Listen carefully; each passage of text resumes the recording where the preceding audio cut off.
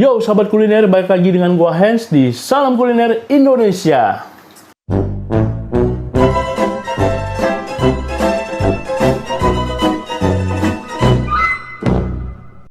Nah, sahabat kuliner, ya seperti yang kalian lihat nih di meja gua sudah ada berbagai bahan-bahan makanan. Nah, kali ini kita mau ngebuat apa? Kali ini kita nggak akan nge-review, tapi kita akan buat sebuah makanan. Apa itu? Kita akan buat yang namanya pai susu.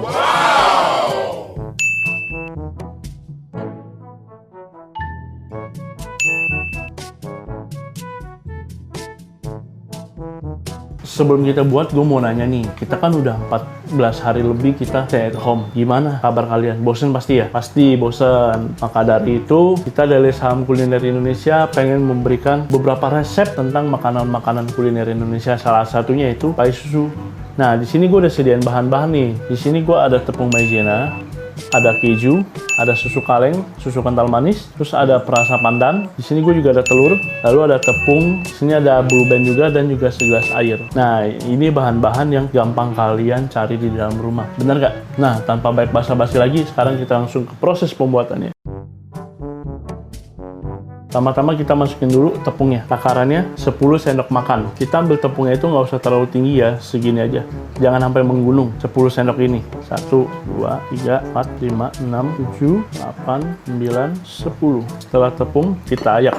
Kenapa mesti diayak? Biar si tepungnya itu lebih halus lagi.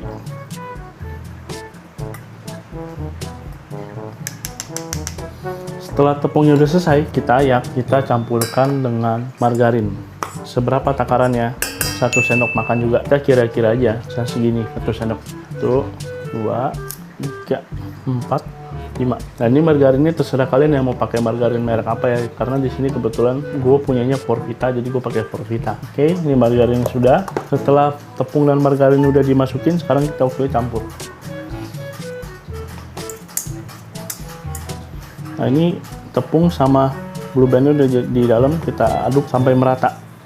Nah, kalau udah sampai kayak gini, kita lanjut ngaduk nanti pakai spatula. Nah, sahabat kuliner, kurang lebih bentuk adonannya udah seperti ini ya. Udah kayak ngegumpal-gumpal gitu. Setelah kayak begini, kita baru masukkan susu. Kita tuangkan 2 sendok susu kental manis. 1, 2. Ini fungsi susunya ini apa? Fungsi susunya ini biar si adonan ini menyatu. Kita lanjut aduk lagi pakai spatula. Kita aduk pakai spatula sebentar saja ya. Sekiranya udah sampai begini, udah hampir menyatu, kita baru pakai tangan. Nah, sekiranya udah sampai begini, kita baru pakai tangan. Nah, kita campurin pakai tangan itu adonannya sampai ke bentuk seperti ini, sahabat kuliner. Sampai kita bisa ngebentuk bola nanti. Ini sebentar lagi bakal jadi bola. Nah, sahabat kuliner, tadi kita aduk susu, tepung, sama menteganya sampai ngebentuk seperti ini, sampai ngelengket di tangan ya. Tuh. Terus dari teksturnya itu juga kenyal-kenyal lembek gitu loh. Ini kayak pasir mainan yang dikasih air gitu, sahabat kuliner. Ini kalau udah, kita ambil cetakan nih, sahabat kuliner. Baru kita cetak. Nah, sahabat kuliner, kalau udah jadi kayak begini, kita langsung bolongin pakai si garpu. Biar apa? Biar hawa panasnya daging kulitnya ini merata. Jadi kita kasih bolong-bolong gini nih, biar merata panasnya, matangnya dan sampai ke dalam-dalam gitu.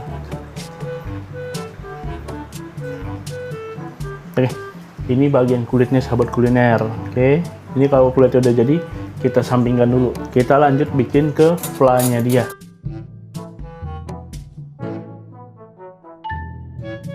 Fla-nya ini di sini pakainya airnya 10 sendok. 1, 2, 3, 4, 5, 6, 7, 8, 9, 10. Setelah air, kita masukin tepung maizena 2 sendok saja. 2 sendoknya takaran sedang aja, yang nggak usah terlalu menggunung. 1, 2. Setelah ini kita aduk.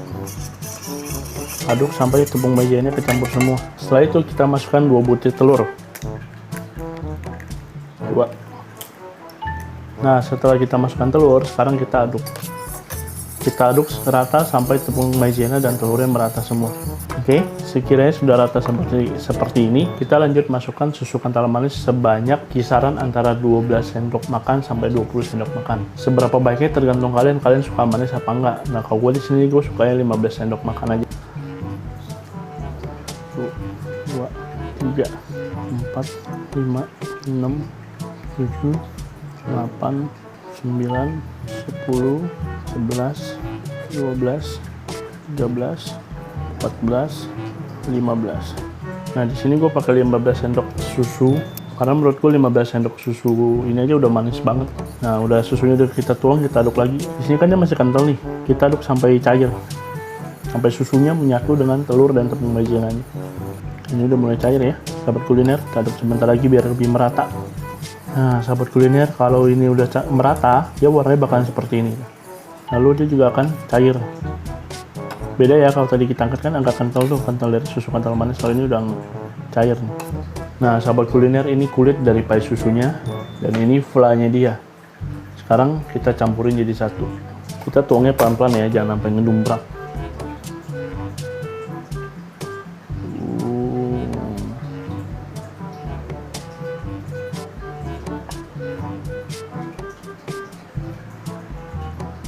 Ini pai susunya. Nah, di sini gue mau pakai topping sahabat kuliner, yaitu gue pakai topping keju. Toppingnya terserah kalian mau masukin keju kayak mau masukin Oreo atau apa terserah. Kita parut kejunya masukin ke dalam pai susunya.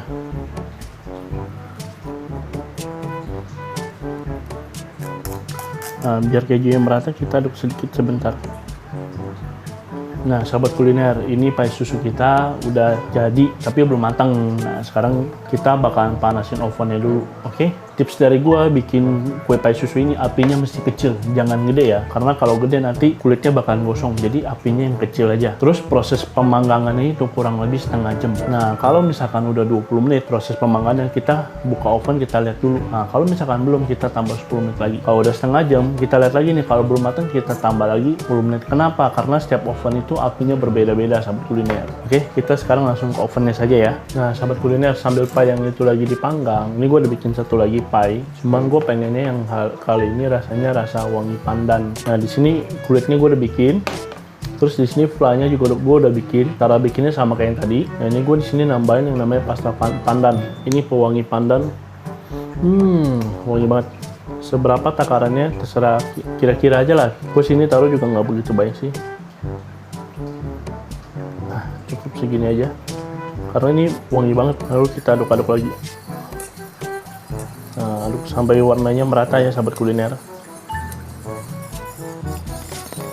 Wangi susu dan wangi pandannya itu berasa banget bercampur jadi satu. Oke, warnanya kurang lebih seperti ini sahabat kuliner. Nah, selanjutnya seperti tadi kita tuang ke dalam. Tuangnya pelan-pelan ya sahabat kuliner.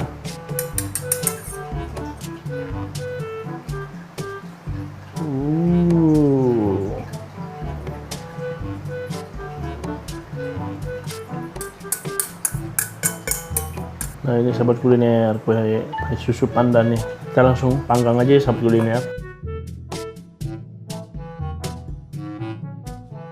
Nah, sahabat kuliner, ini kue painya udah jadi sahabat kuliner. Di sini gua bikin dua varian. Satu itu varian yang original tapi dengan topping keju. Yang satu lagi varian pandan. Nah, ini sahabat kuliner. Ini yang keju. Wangi susu dan wangi keju itu berasa banget. Kita langsung makan ya. Makan yuk. Enak banget sumpah. Tekstur dari flanya juga kenyal-kenyal, udah gitu kulitnya juga nggak terlalu tebal ya sahabat kuliner.